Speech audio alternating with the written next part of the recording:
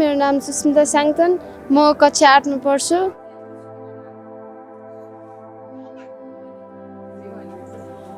मेरो घर परिवार 10 जना हो। मेरो दिदी 3 जना हुनुहुन्छ र बहिनीहरू 2 जना छन्।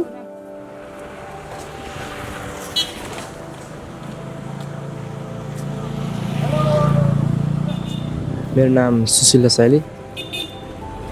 मेरो घर चाहिँ डाँडापारी अनि म यहाँ धुलखेलमा बसिरहन्छु। जस घर चाहिँ डाँडापारी अब जस 10-12 घन्टा लाग्छ गाउँ पुग्न। अनि यहाँ चाहिँ दिदी र म बस्छु अनि म सञ्जीवनी स्कुलमा पढिरहेको छु। त्यस अब घरको अब आर्थिक कुराहरू कमजोर भएर म अहिले चाहिँ बिहान अब 2-4 घन्टा पत्रिका काम गर्छु।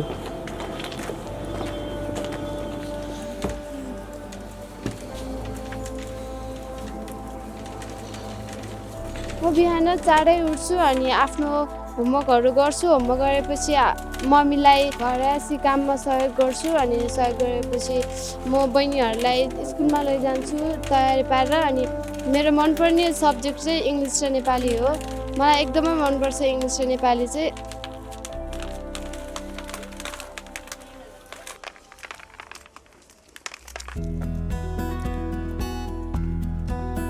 म स्कुल आउनलाई चाहिँ 1 घन्टा नै लाग्छ अनि हिउँदोमा चाहिँ ठिकै हुन्छ अनि वर्षामा चाहिँ अलिक गाह्रो नै हुन्छ स्कुलबाट घर पुग्न र घरबाट स्कुल आउन पनि एकदमै गाह्रो हुन्छ। कहिले चाहिँ लड्छु पनि अनि कहिले चाहिँ लड्दिनँ।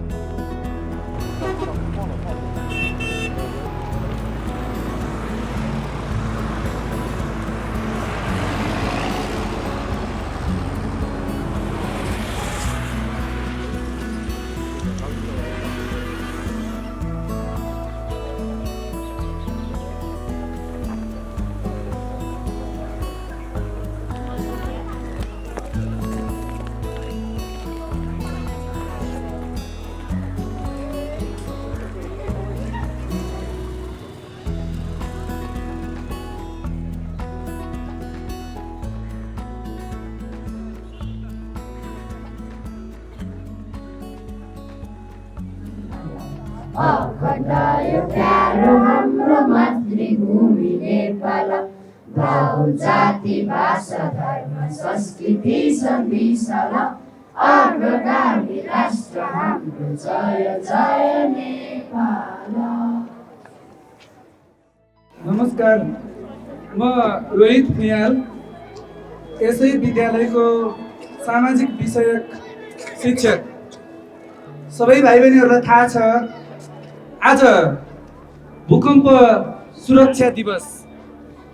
72 साल वैशाख 12 गते 1156 मा गएको भूकम्प सम्झना पनि उदेक लाग्छ, सम्झना पनि मन थुरथुर कापिरहन्छ।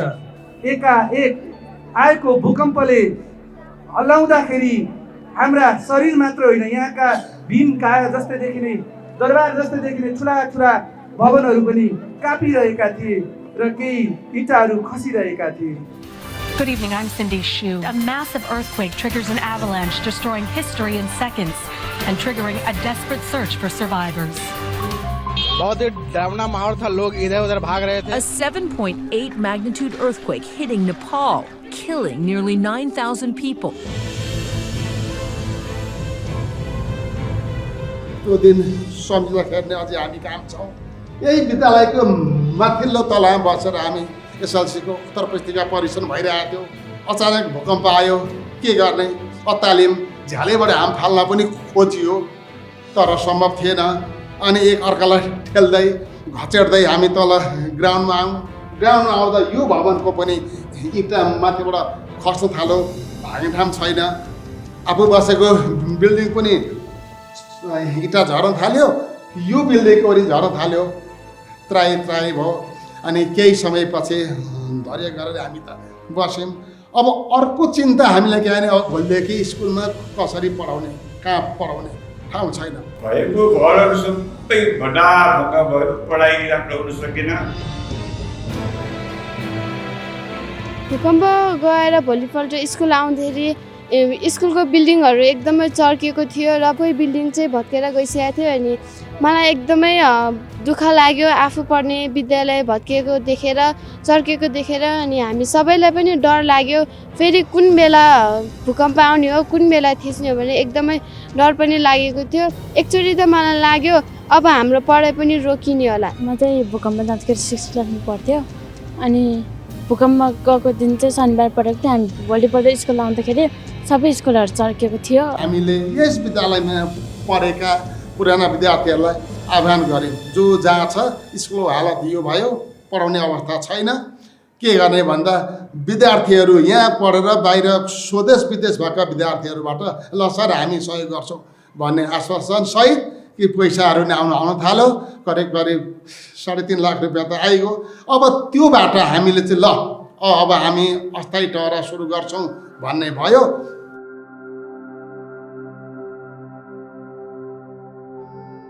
1-1.5 महिनापछि हामी पालमा बस्न थाल्यो पालमा बस्दाखेरि पनि एकदमै समस्या हुन्थ्यो अनि पानी पर्दाखेरि पनि जाडो हुन्थ्यो अनि गर्मीमा पनि पालले गरेर थाम्नुसक्यो एकदमै घाम हुन्थ्यो अनि घाम भएपछि कोही पनि पढ्न सकिँदैन थियो कोही साथीहरू बिरामी हुन्थ्यो अनि त्यसै गरेर अनि हाम्रो पढाइ पनि एकदमै कमजोर आउँथ्यो मेरो साथीहरू पनि प्राय कतिजना बिरामी हुन्थ्यो यो घामले गर्दा ज्वरो आउँथ्यो रुगा लाग्ने टाउको दुख्ने पेट दुख्ने भनेर बिरामी हुन्थ्यो र अनि बिरामी भएपछि उनीहरूको पढाइमा पनि एकदमै डिस्टर्ब हुन जान्थ्यो।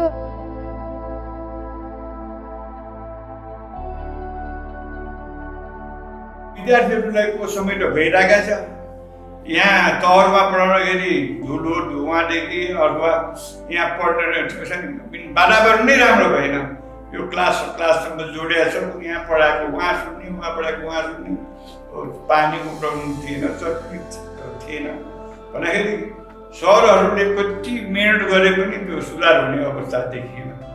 विद्यार्थीहरूलाई चाहिँ कसरी पढाउने कहाँ राखेर पढाउने भन्ने हाम्रो धुलिखेलवासीको धेरै चिन्तित भयो। सोही अनुरूप चाहिँ हामीले चाहिँ मलाई सरसल्लाह गरेर नेपाल सरकारलाई ठाउँ ठाउँमा गएर चाहिँ सहयोग माग्नु पर्यो भनेर चाहिँ हामीले चाहिँ सबै हाम्रो स्थानीयवासीहरूले चाहिँ सरसल्लाह गरेर यस बिल्डिङ अब कसरी निर्माण गर्ने भन्नेतिर चाहिँ हामीले चाहिँ सरकारसित चाहिँ अनुरोध गर्ने भन्ने विचार हाम्रो चाहिँ प्राविधिकहरूको सरसल्लाह अनुसार चाहिँ हामीले निर्णय गऱ्यौँ।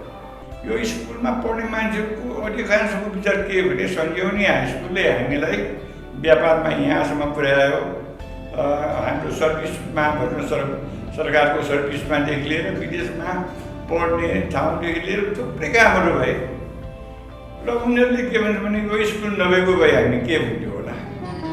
शिक्षाको विकासको लागि धुलिखेलका जनता प्रजातन्त्रको उदय हुनु अघि नै सक्रिय थिए भन्ने उदाहरण सञ्जीवनी विद्यालयको स्थापनाबाटै प्रष्ट हुन्छ। राणा शासनको डरले घरका छिडी बैठक र पार्टीहरूमा लुकी छली अनौपचारिक रूपले धेरै वर्षसम्म स्थानीय बालबालिकाहरूलाई शिक्षा दिँदै आएको छ। फलस्वरूप जिल्लाकै पहिलो अङ्ग्रेजी स्कुलको रूपमा सञ्जीवनी विद्यालयको स्थापना विक्रम सम्मत 2006 सालदेखि विधिवत रूपमा श्री 5 को सरकारबाट स्वीकृति प्राप्त गराई विद्यालयको सञ्चालन हुँदै आएको छ।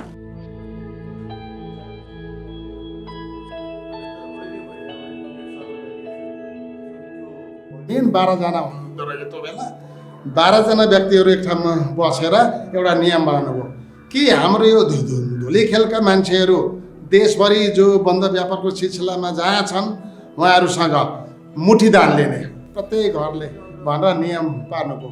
महिना पुगेपछि त्यो चामल सेल गरेर आएको पैसाबाट 2006 सालमा बनाएको स्कुल हो।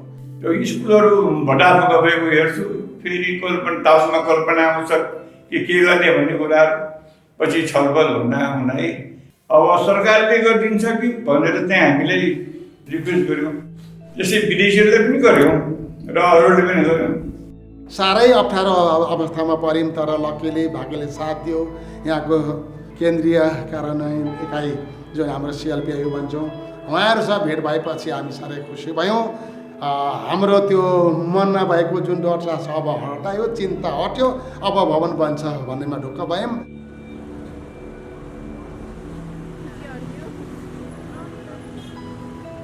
72 सालको भूकम्पबाट क्षतिग्रस्त विद्यालयहरूको हामीले पहिलो चरणमा तत्कालीन जिल्ला शिक्षा कार्यालयहरू मार्फत विद्यालय कुन विद्यालय क्षतिग्रस्त भए त्यसको हामीले डाटा कलेक्सन गरेका छौँ र त्यसै गरी विद्यालय व्यवस्थापन समितिहरू मार्फत पनि हामीलाई हाम्रा विद्यालयहरू क्षतिग्रस्त भए बनाइदिनु पर्यो भन्ने हिसाबले हामी कहाँ चाहिँ आएको छ र विशेष गरी सञ्जीवनी माध्यमिक विद्यालय हाम्रो जिल्ला शिक्षा कार्यालयले छनौट गरेर पूर्ण रूपमा क्षतिग्रस्त भएको जानकारी हामी कहाँ आइसकेपछि त्यो एउटा नमुना विद्यालय नै घोषणा भएको हुँदाखेरि त्यो नमुना विद्यालय हाम्रो चाहिँ नजरमा पऱ्यो र उहाँले हामीसँग चाहिँ एप्रोच गर्नुभयो।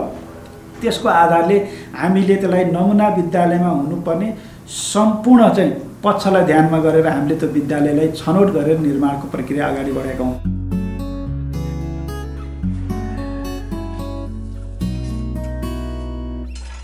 हामी जस्तोको टहरमा बस्दा बस्दा यो बिल्डिङहरू बनाउन सुरु गर्यो।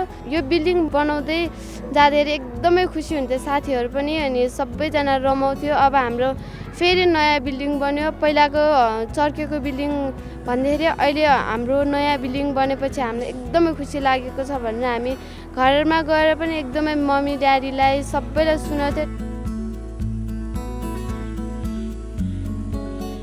हामी चाहिँ बिहान दिउँसो बेलुका हामी साथीहरू चाहिँ बेला बेलामा आएर उहाँहरूले चाहिँ काम गरिरहेको क्वालिटी चेक गर्ने, लेभल चेक गर्ने, मेटेरियल्सहरू चाहिँ मतलब के छ भने इँटा बालुवा सिमेन्टहरू चाहिँ राम्रो क्वालिटीको छ कि छैन भन्ने हामीले चाहिँ मतलब चेक गरेर उहाँहरूबाट पठाउनु भएको इन्जिनियर साहबहरूलाई सरसल्लाह दिने। यस भवनको प्रति हाम्रो धेरै आस्था देखेर चाहिँ उहाँहरूले पनि हामीले चाहिँ भनेको कुरामा चाहिँ सल्लाह अनुसार नै काम गरेर भवन निर्माण गर्नुभयो। छिटो छरिटोमा 15-16 महिनामा नै यत्रो चाहिँ 4वटा बिल्डिङ चाहिँ निर्माण गर्नुभयो।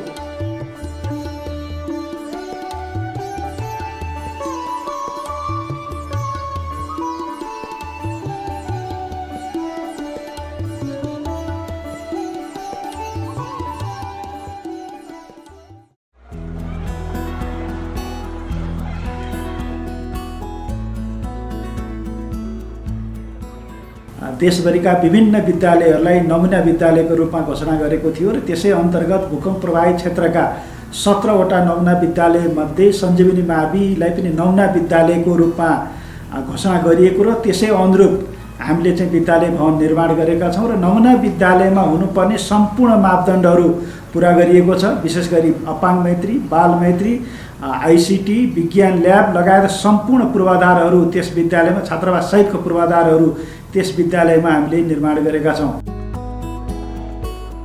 16 महिनाको अवधिमा यो खालको भवन त बन्यो। अनि अरू सुविधाहरू हामीलाई छुट्टै बोइज टोयलेट छुट्टै, गर्ल्स टोयलेट छुट्टै, अनि त्यो वास सहितको बच्चाहरूलाई गर्ल्सहरूको लागि सेनिटरी प्याडको व्यवस्था, त्यो युज गरेर फालेको प्याडलाई त्यहीँ दहन गर्ने हलाउने व्यवस्था, के हुनु पर्ने हो विद्यालयमा आधारभूत कुराहरू त्यो सहित उहाँहरूले साह्रै बुद्धिमत्तापूर्ण ढङ्गले यो खालको व्यवस्था बनाउन दिने भयो, गरिदिनु भयो, नयाँ निर्माण गरिदिनु भयो। यसको लागि हामी त्यो सिएलपिआई प्रति पनि धेरै आभारी छौँ र यो समुदाय सबै त्यो प्रति आभारी नै छ। विद्यार्थी सङ्ख्या हाम्रो त्यही भएर पनि बढिरहेको छ।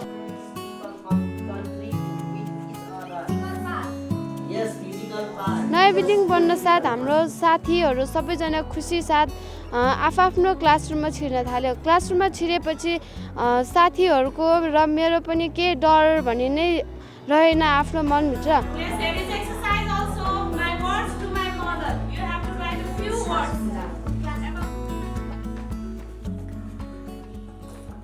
नमस्ते, म रामशरण कार्की यसै सञ्जीवनी नमुना माध्यमिक विद्यालय अन्तर्गत दृष्टिबिन शाखा सञ्चालन भइरहेको छ, जसमध्ये हामीमा 22 जना विद्यार्थीहरू अध्ययनरत छन्। रेल सिकिसकेपछि उहाँहरूलाई आफ्नो क्षमता छ हामी कक्षाहरूमा पठाउने काम गर्छौँ।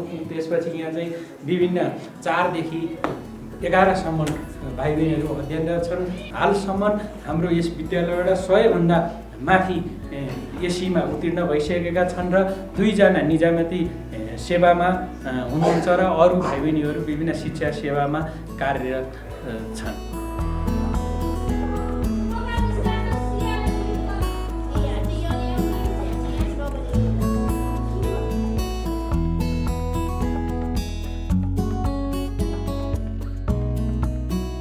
स्ट्रक्चरल डिजाइन अनुसार र जगको डिजाइन अनुसार यो भवन चाहिँ अति सुरक्षितमा चाहिँ हामीले विश्वास गरेको छौँ। अब चाहिँ फेरि यस्तै चाहिँ भूकम्प आयो भने करिब 8.5-9 रेक्टर स्केलसम्म पनि हाम्रो यो भवनले धाउन सक्छ।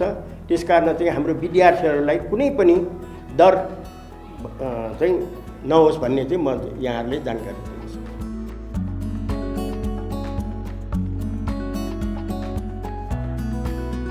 देशभरिका विशेष गरी 31 जिल्लामा प्रभावित 7,900 जति विद्यालयमध्ये हालसम्म हामीले 5500 विद्यालयको निर्माण सम्पन्न गरिसकेका छौँ। 1500 विद्यालय चाहिँ निर्माणाधीन प्रक्रियामा छन् र बाँकी विद्यालयहरू पनि हामी छनौटको चरणमा छौँ र यो 1 वर्षको अवधिमा 95% विद्यालयहरू हामीले पूर्ण निर्माण गरिसक्ने हाम्रो लक्ष्य रहेको छ।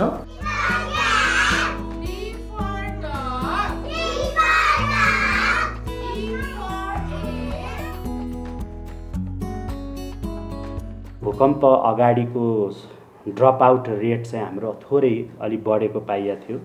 10 देखि 12% विद्यार्थीहरू चाहिँ हाम्रो वार्षिक रूपमा ड्रप आउट भइरहेका थिए भने अहिलेको यो अहिलेको यो विद्यालय भवन हामीले लिइसकेपछि नयाँ विद्यालय भवनमा हाम्रो पठन पाठन भइसकेपछि विगत 2 सालदेखि हाम्रो 5 देखि 6% झरेको छ, जसले गर्दाखेरि पनि अहिलेको यो हाम्रो विद्यालयमा चाहिँ रनिङ एजुकेसनल प्रोसेस कसरी अगाडि बढेको छ भन्ने मूल्याङ्कन मापन अभिभावकवर्गज्यूहरूले पनि गरिरहनु भएको छ।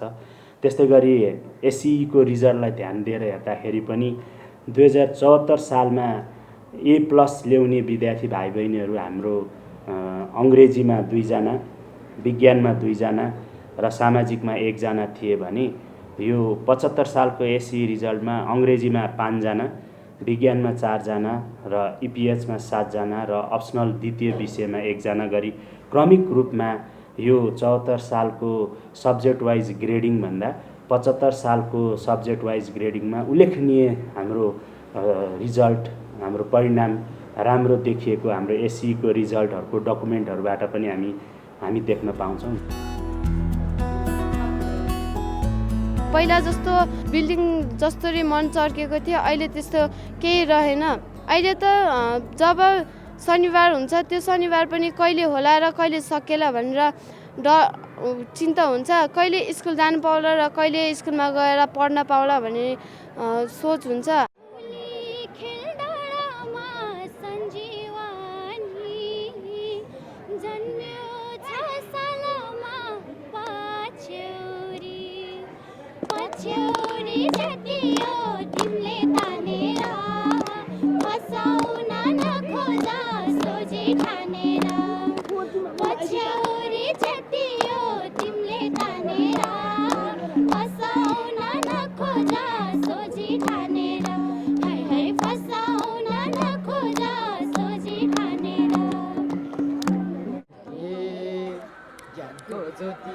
फैलाउने स्कुल यो ठुला ठुला मान्छे नि जन्मायो गलबन्दी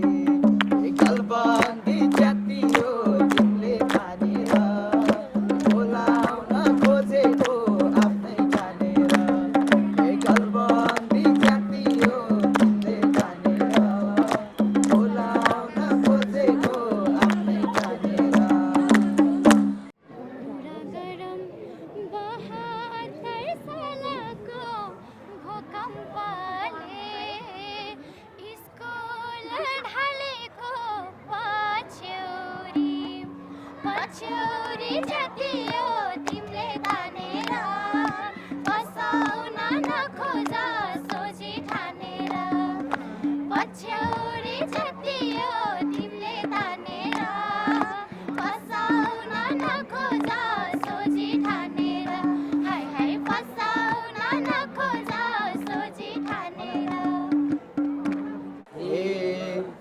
सम्झिनु घाम पानी खाएको खुला आकाश त्यही पनि पढेको गलबन्दी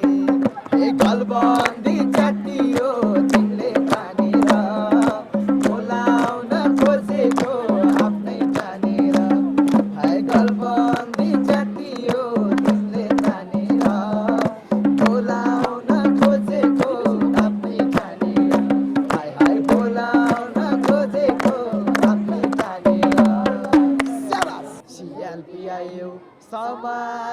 योगदान गर्छौँ कदर पढेर झन्झन गलबन्दी